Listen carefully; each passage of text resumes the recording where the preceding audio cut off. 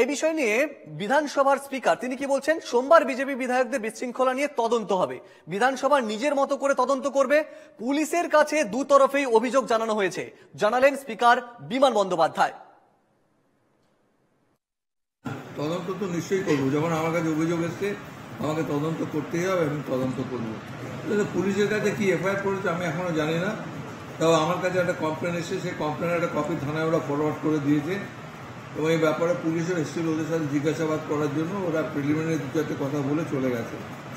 আমার লেভেল থেকে তদন্ত যেটা আমি করবো সেটা আমাদের বিধানসভা লেভেলের আলাদা তদন্ত হবে। পুলিশের কাছে ওরা একটা কমপ্লেন করেছিল, শুভেন্দুরা প্লাস এদের আমাদের মার্শাল সেও একটা কমপ্লেন দিয়েছিল। তদন্ত তো নিশ্চয়ই করবো। যখন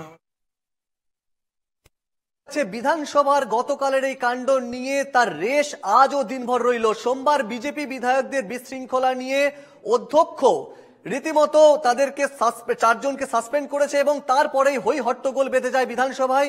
বিজেপি বিধায়কদের দাবি, শঙ্কর ঘোষের দাবি যে মার্শাল দিয়ে তাদেরকে বের করে দেওয়া হয়, সেই সময় ধাক্কাধাক্কি হয় এবং সেই ধাক্কাধাক্কিতে মার্শালদের কয়েকজন আহত হন বিধানসভার কয়েকজন কর্মীও।